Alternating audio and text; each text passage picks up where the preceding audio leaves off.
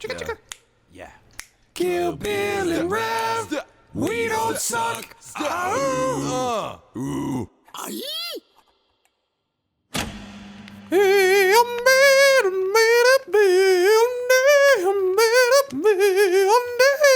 Hey everybody! Ho ho! Whoa! It's your wacky host, Kill Bill and Rav, with the We Don't Suck podcast. Rav, take it away. Rav, take it away.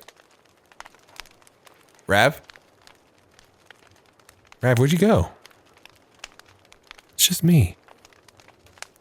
Was I here by myself the whole time? Who have I been talking to for the past, 4 hours? Weird. Anyway, so, I guess it's just me, guys. Welcome. Hello. We Don't Suck podcast. Having a stroke. Episode number 68. It's your boy Kill Bill. I guess Rav's not here today, so I guess it's just me today. You know, it was a very special episode though. I put out a tweet the other day asking for people to submit their best Kill Bill x Rav fan fiction. I asked people to keep the smut to a minimum. Now, I have not read literally any of these. I've gotten maybe 16. Yeah, 16 stories. I'm just going to kind of cherry pick based off of just looking at the first sentence or two if I want to read it or not. But I'm going into this completely blind. So here goes. Let's just get right into the fucking shit. You know? Do you guys know what's up? Okay, listen. Okay, so this first one here is written by Will Dog. They, them, pronouns, please, for Will Dog. Okay, so it has a little preface here. Sorry this is so short. I have to go to work in 25 minutes and only just saw this now. I'm so sad I couldn't elaborate more on this piece of literature. Minimal Bill X Rav, but very implied. Please read. I poured my heart and soul into this. I love you uglies. First of all, only one of us is ugly. Okay. So this is Will Dog, sold to Kill Bill and Rav, question mark, exclamation, shout out Will Dog. My alarm goes off when the sun is already hanging high in a cloudless blue sky. Birds twittering outside my window like they are in a fierce debate on the hot new gossip of the bird world. As I blink the morning grog out of my eyes, a harsh banging on my bedroom door startles me out of my haze. It's my mom spitting at me to get up, get off my big fat juicy ass downstairs, or get my big fat juicy ass downstairs. Yeah, my mom does talk to me like that. I throw on some clothes far too big for my small frame and skitter down the stairs to the sound of my mom cooking something on the stove and speaking to someone in the kitchen. I'm shocked that the fire alarm hasn't gone off. The downstairs is filled with smoke billowing from the kitchen, and the sun is cutting through the fat clouds of steam from the windows, and I blindly feel my way down the hallway. Mom? I call out, squinting my watering eyes as the smoke clears out. A gross hacking and coughing is coming from the dining room table. Open some windows, will you? We'll show your new owners some goddamn respect, she orders, flapping a towel at the burning pan, and I mindlessly follow her directions. As I get the second window open, her words register in my brain. Owners? I wonder. As the smoke clears, my mom has a big stinky J already hanging from her lips by the time I can see. Classic mom. The coughing is still coming from the other room, so I turn to glimpse into the dining room. Two men sit at the table, one looking very stoic while the other spits onto the table. I look back at my mom to ask her what this is all about, but she's too busy sucking on her delicious smoky blunt to see me. Who are you? My voice trembles as I question the men in my home, throat burning from the remaining stench of the charred food. Popcorn, it smells like. My name is Bill. Kill Bill the Rapper, not claiming to be affiliated with any of the Tarantino productions, also known as Big Tex. And this here's my boy, Rav. Pack your shit up, boy. You're coming with us. Kill Bill the Rapper, Big Tex, wore big square sunglasses and a chunky grill that made it impossible for him to speak properly. Rav, okay, I can speak fine in my grill, thank you. Rav simply stared, arms crossed and face unimpressed. Before I knew what was happening, my mom, baked out of her fucking mind, pushed a suitcase into my hand and I was being whisked away into a dingy little 2004 Honda Civic with trash littered throughout the back seat. Kill Bill the Rapper, Big Tex, and Rav, I like how you did like my whole name on Twitter. Kill Bill the Rapper, Big Tex, and Rav climb into the front seats and hit 80 down my windy little back road. I watched my home disappear into the rearview mirror. What do you guys want with me? I finally gained the courage to speak, shifting uncomfortably on top of weeks old newspapers and old Kit Kat wrappers. Are you guys... I cut myself off with a gasp, remembering the I was sold to One Direction fanfiction I had read last night on Wattpad before winding down to sleep. Are you guys my new owners? Well, that's what Mom had called them anyway. Kill Bill the Rapper scoffs, eyeing me from the driver's seat. What the fuck are you on, dog? That's kinky. Some owner type shit. You look like you're 14. We're your managers, he explains, hand resting comfortably on Rav's thigh, who still hadn't spoken a word. I silently wonder if there's anything going on between the two of them. Managers, I echo, slowly taking in my surroundings. I begin to recognize the mixtapes and CDs thrown in among the garbage piled into the back of this car. Rav startles, turning to stare intently at Kill Bill the Rapper, Big Tex. Man, you found another dumbass. Last time I let you pick the Prodigy. At first, I was mildly offended by his words, but too distracted by Kill Bill the Rapper, Big Tex's response. Baby, come on now. You said that about the last one too. Trust me on this one. And if you're good, I'll buy you some Raisin Bran at the store. Oh, that is classic Rav. He loves Raisin Bran. Can't stop eating it. Kill Bill the Rapper, Big Tex chides. I don't know how to say that word or what it means. Leaning over to give a placated Rav a wet and delicate kiss on the lips. I scream, as he doesn't seem to notice the fast approaching red light. But just as we're about to be T-boned into oblivion, Kill Bill the Rapper, Big Tex slams on the brakes. I vomit all over the mixtapes in the back seat from the rush. Wow, pussy. We end up in the middle of a Food Lion. And the two rappers make me sit in one of those kids' carts that look like a race car, even though I am far too tall for and definitely more appropriate. So it's more appropriately sized for Rav. Sorry, I can't read tonight. They hold hands as we make our way through the store. They definitely seem comfortable with each other. OMG, they are actually so kawaii and small and cute. They are like my dad's, but also my son's. Ooh, I am just so open-minded like that. Finn. That was wonderful. Shout out to Wheel Dog. I'm gonna say it like that. Wheel Dog.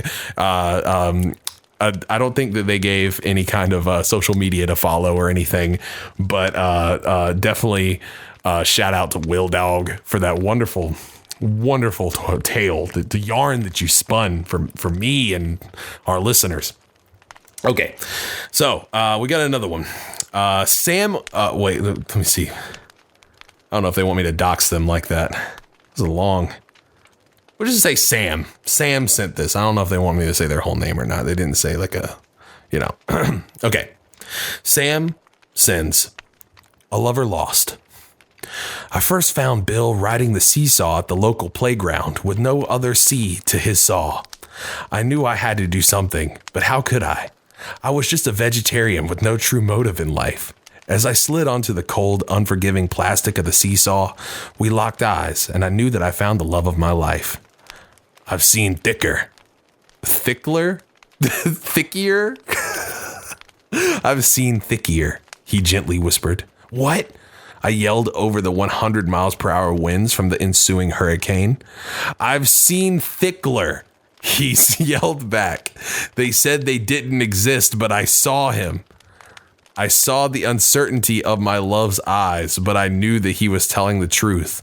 But Thickler, I don't know what Thickler is, but Thickler died in 1945, I screamed, the hurricane growing ever closer. He didn't die. He's really Joe, I don't know. At that point, Bill was swept up in the hurricane. The love of my life was lost. 5 years later, while visiting my good friend Jordan Peterson, Jordan and I were going out to get a drink. As we arrived at the local bar, okay, by the way, he is very close friends with Jordan Peterson. I noticed a long line of motorcycles parked outside the pub. Inside the inn, there were two groups located at the opposite ends of the bar, a hooded figure wearing tattered clothes and a group of bikers. We took a seat at the bar and Jordan peered over to one of the bikers. A beer isn't healthy. You'd be happier if you stopped drinking. Why the fuck am I at a bar then, dumbass? The biker responded. I just assumed that was Jordan Peterson talking. It doesn't say who's talking to who. So, you know that if you stopped cursing, you'd be happier. All right, that's it, the biker said. I'm going to fuck you up. He stood up and began to crack his knuckles and his neck. Hey, let's just... Oh, wait. Sorry, I don't know who's talking to who. I just assumed Jordan Peterson was talking. Hey, let's just calm down, I said, trying to defuse the situation. I'm just trying to have a drink. There isn't any reason to start a fight. All right, punk, you're first, the biker yelled, punching my jaw.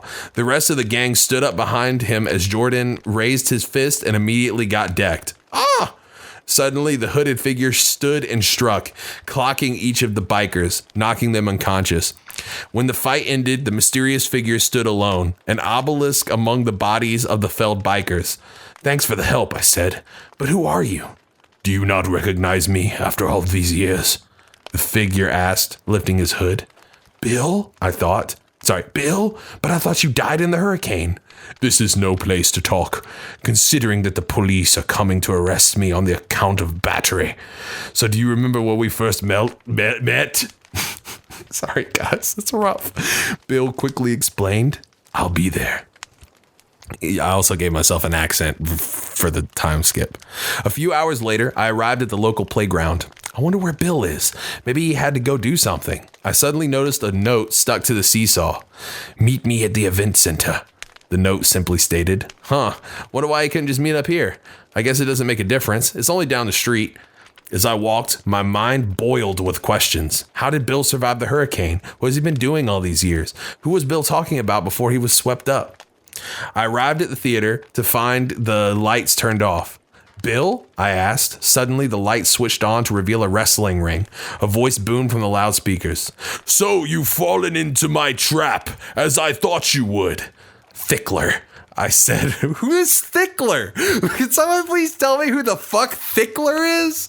Okay, Thickler, I said, recognizing the thick German accent. What have you done with Bill? Why, he's right here, Thickler said, Bill suddenly appearing from the shadows from the edges of the ring. Bill, come on, let's kick his ass. He can't hear you, Rav. He can't hear you, Vav, Thickler cackled. He's under my control now. That's a really bad German accent. Bill, kill Rav. Bill suddenly sprang with the impossible speed and tackled me. What are you doing? I yelled, slipping out of Bill's arms. I looked into his eyes and saw they were clouded, like a polluted lake. He must be hypnotized, I thought to myself. Thickler saw the realization in my eyes. That's right, Vav. Bill is hypnotized. He cannot even hear you. Bill lunged at me again, but I dodged him at the last second, Bill landing on the mat of the ring. What will break him out of it, I thought. As Bill rose from the mat, I swiftly kicked him in the sides. Bill collapsed once again onto the mat. That's it. Bill may not be able to hear me, but he can still feel. As Bill rose once again, I swiftly grabbed the sides of his face, gently placing my lips upon his and kissing him. Suddenly, the clouds disappeared from Bill's eyes. Huh? Where am I? I quickly explained the situation. Well, where is Thickler now? I don't know, but let's go fuck him up. Suddenly, the exit door slammed shut. We raced deeper into the event center, the sounds of Thickler's footsteps guiding our way. Suddenly, is Thickler supposed to be thick Hitler? Is that what's going on? Thickler's just thick Adolf Hitler? Are you serious? Are you fucking serious? What do you got me doing here, bro? What am I doing with my fucking life? No. I'm sorry, guys. I'm sorry.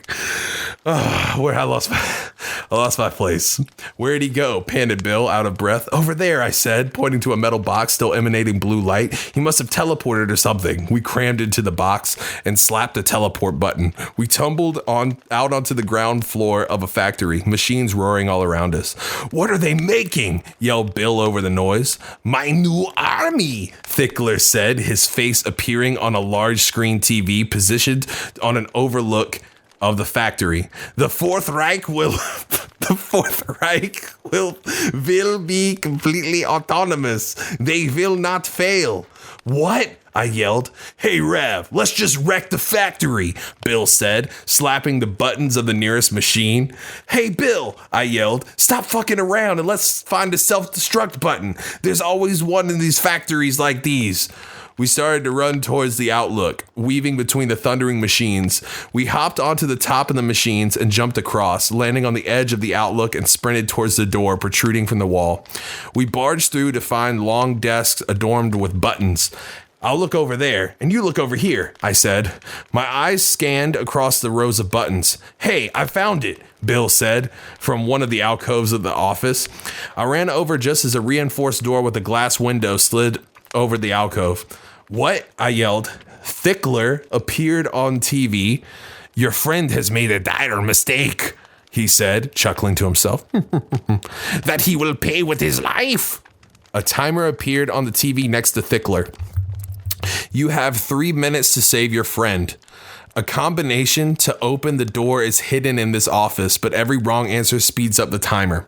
I began to frantically search the drawers of the office. Rav, leave me. Find the real self-destruct button and destroy the factory, Bill said, muffled by the door. No, not when I can still save you, I said, my hands ripping open office desks looking for any scrap of paper. I almost fainted when I found a small scrap of paper stapled to the underside of one of the desks.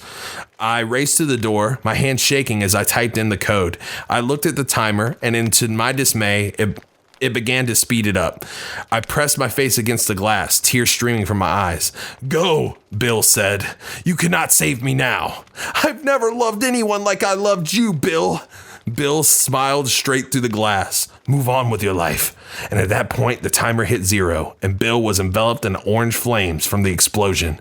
No! I screamed, dropping to the floor, shaking with sobs. My sadness was soon overcome with the boiling rage in my heart, crashing through a door at the end of my office. Blah, blah, blah, blah, blah. I stumbled into a smaller room overviewing the factory, with a well-furnished desk and chair in which Thickler sat, his back turned to the door. It's a shame. He could have been a great pawn, Thickler said. But now that he's out of the way, the path to world domination is clear. I stood there, too shocked from my lover's death to respond. It's a shame that the cards were stacked against you from the start.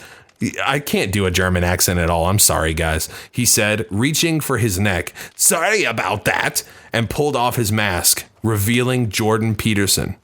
So I'll give you one more chance to lay down and pledge your allegiance to me. But I wasn't listening anymore. My blood was boiling, and I began to get tunnel vision.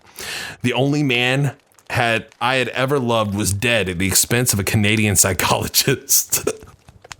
My mind was only focused on one thought: kill Jordan Peterson. I felt the ground underneath my feet begin to shake. A guttural shout rose from my diaphragm. I felt as if an explosion had erupted from my chest, and I blacked out. I awoke in a field of ruins, feeling exhausted. I reached down and picked up a piece of rubble. It was a scrap of metal with Thickler Incorporated engraved onto it. I looked up to the sky. I woke to the sounds of waves gently crashing onto the beach. I crawled to the shoreline and laid on a large rock. I closed my eyes, thinking of the man that was now gone forever. Finn. Whew. Damn. Sam. I don't know what to say. Thank you. Thank you for that. That was, it was something. It was something. Okay. Oh, excellent. I have a piece of fan fiction here.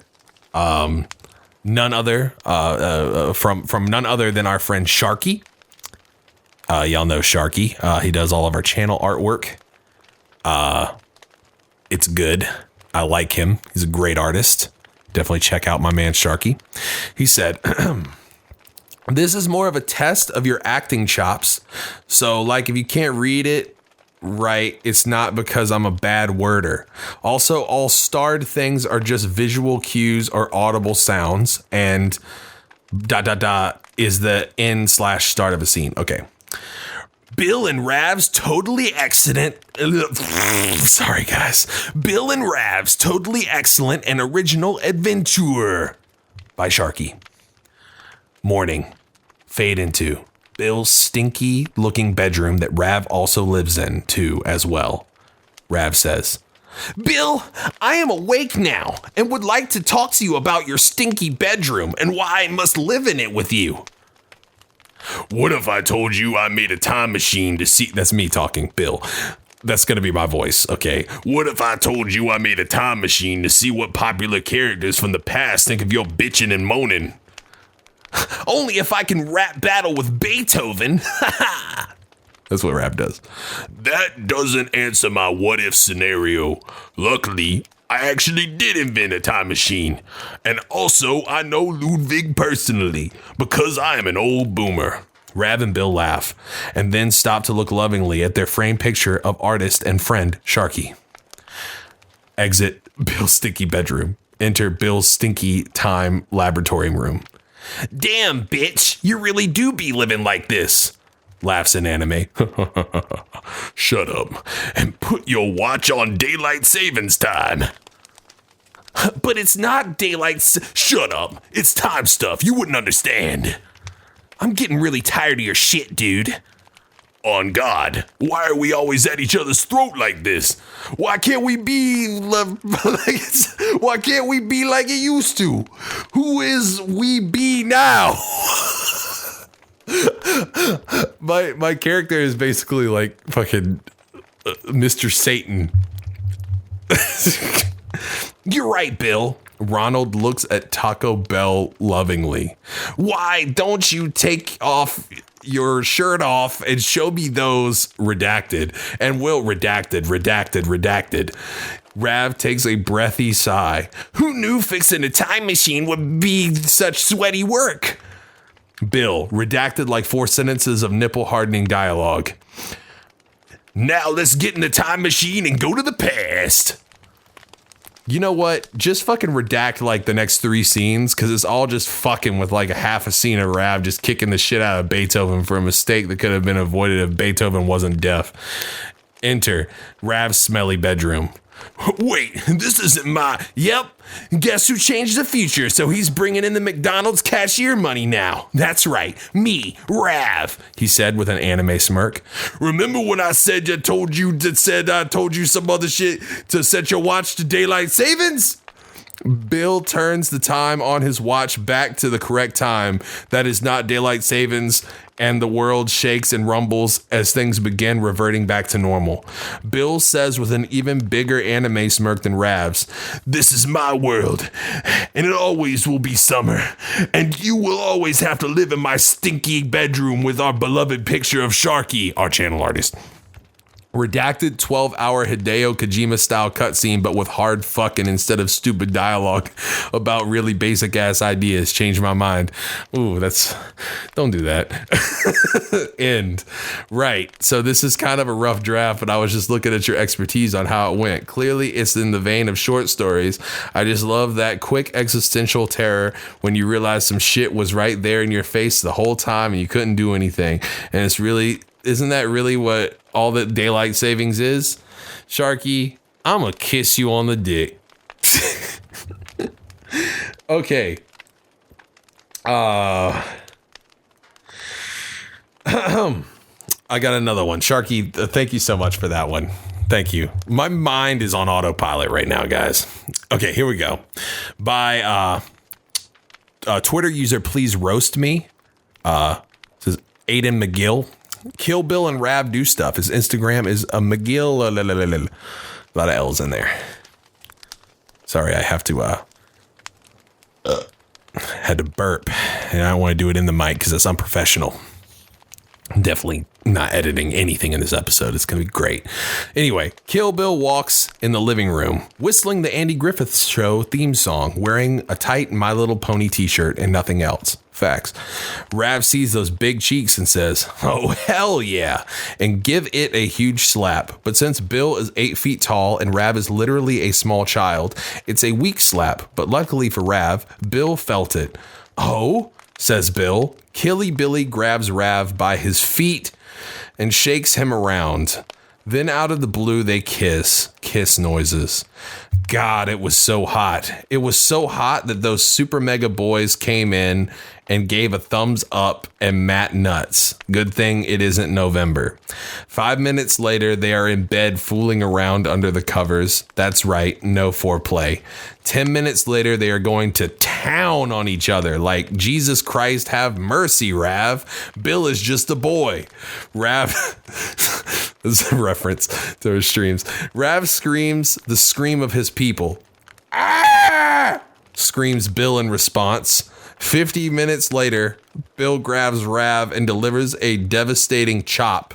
Later during the match, Rav stuns Bill for a second and climbs up the top rope. "Yeah," says Rav. "Oh my God, a drop kick. Good Lord, son." Later, Bill picks up Rav and then power slams him and does a tombstone pile driver, killing Rav. Thank fuck. "Get your neck broken, doo-doo head," says Bill. 5-star match right there. 3 hours later, they play Mario Kart like nothing ever happened. Square also comes in and also plays. Square asks, "Why was there screaming in the bathroom?" "Don't ask questions you don't want answers to," replies Killer Biller. Also, Bill wins at Mario Kart because he's awesome. Also, Rav is still dead. R.I.P. The end. Love both of y'all. Thanks for music and such. Thank you so much, Aiden. This was wonderful. There was a few points where you could hear my spirit leaving me, but then it came back towards the end, and I appreciate you for doing this wonderful thing.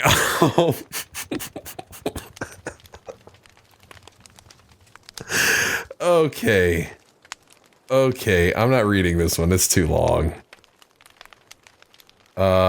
Let's see. Oh, there's a whole Google Doc on this one. Let's see. Oh, okay, it's not that long. We'll do this one. This one's by Ray Mations. Bill had everything set at the dinner table. He nervously adjusted everything while checking the clock constantly. Rav was coming home soon and he wanted things to be perfect. He quickly went to the kitchen to fetch the 2 bowls of pasta and set them down on opposite ends of the table. He hears the door open and quickly goes to greet his fellow rapper. Rav takes off his jacket and puts it on the coat hanger near the door. "Hey dude, welcome home," Bill says. "Hey Bill, you seem eager. What's the occasion?" Rav questions as he looks up at Bill with a confused look. "Well, I decided to do something for you since, you're my good pal." Bill leaves the main entrance area as Rav follows behind to see the well-set table.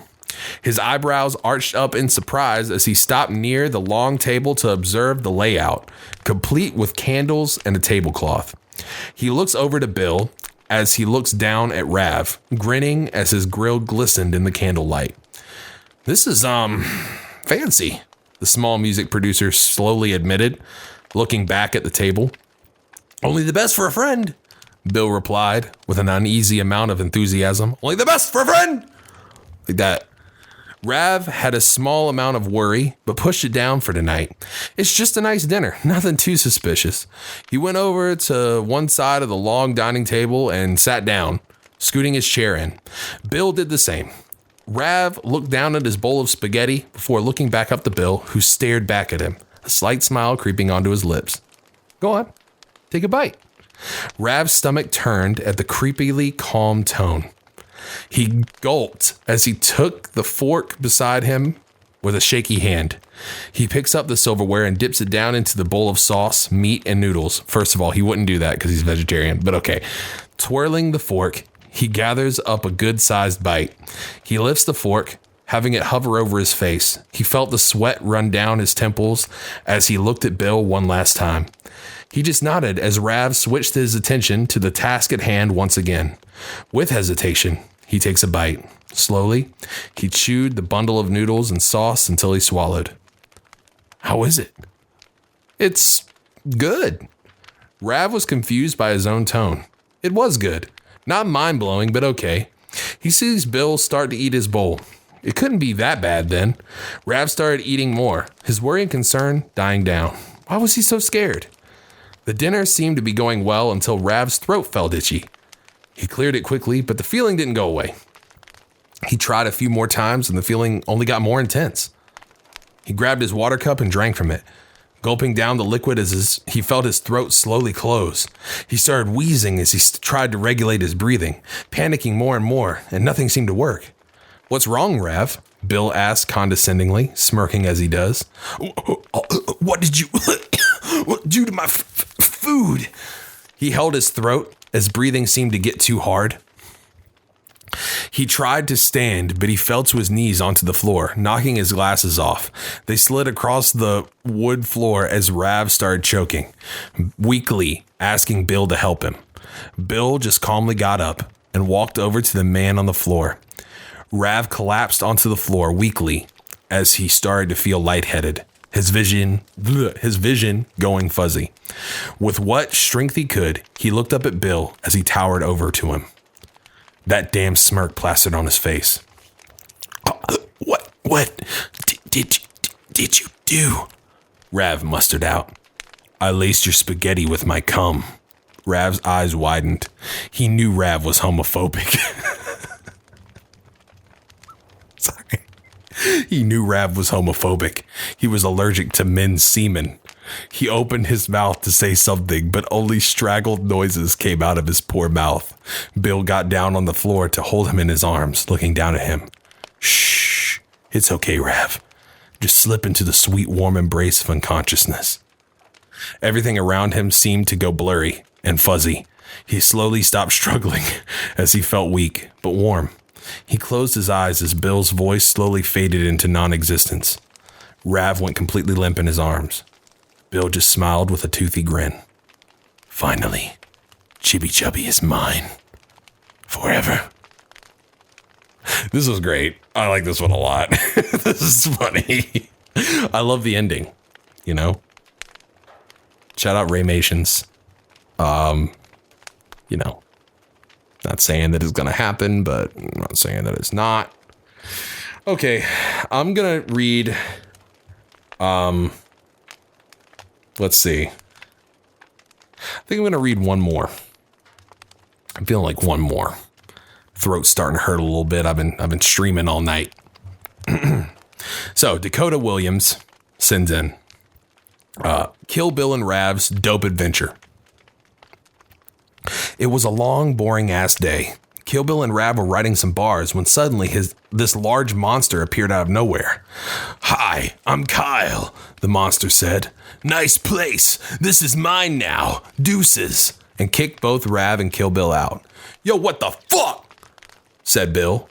Bill, don't worry, dude. I got this, Rav said before getting his ass beat by Kyle the monster. Bill laughed the whole time because Kyle was like 4'11". Fuck this shit, dude. Bill, we're going on an adventure. What are you on about? Said Bill. I said we're going on an adventure.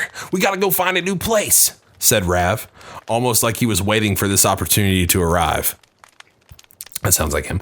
Bill and Rav walked on for what felt like forever until they found the Great Cave.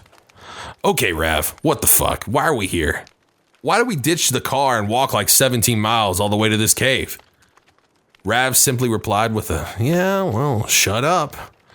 Also something he would say. Rav led the way in to the cave. It was pitch black and damp. Bill and Rav couldn't see jack shit. Wait, Why don't we just use our phones, dude? Said Bill, grabbing his phone. As soon as the flashlight turned on, Rav yoinked Bill's phone and threw the absolute fuck out of it. Rav, what the fuck? Said Bill, who was extremely livid at this point. Rav simply replied with, yeah, well, shut up. Rav and Bill delved deeper into the cave until Bill noticed a light from the distance. Rav, do you see that? Said Bill. Holy shit, dude, we made it, said Rav, sounding super proud of himself. Wait, what? Bro, can you tell me what we're doing here? Rav simply replied with, no, shut up. When Bill and Rav reached the light, they found themselves in the room. Okay, where are we? Said Bill, tired of Rav's bullshit. Rav replied with, you don't know, Bill? This is where we hid for decades. Under the radar. Rav pointed at the corner where a person should be seen. Or could be seen, sorry. No way, said an extremely shocked Bill. Tupac? You're alive?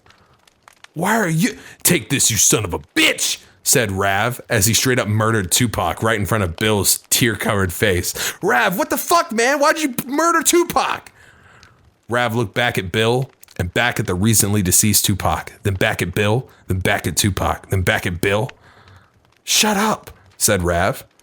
All right, Bill, time to head home. Bill said, Rav, after all the shit you put me through today, I'm fucking done. Fuck you. Rav knocked out Bill. Bill woke up on the couch. Was it all just a dream? Rav walked in and said, yo, you're finally awake? Stop being a lazy sack of shit. We got a podcast to record. When the podcast began, Bill started off talking about this strange dream that he had.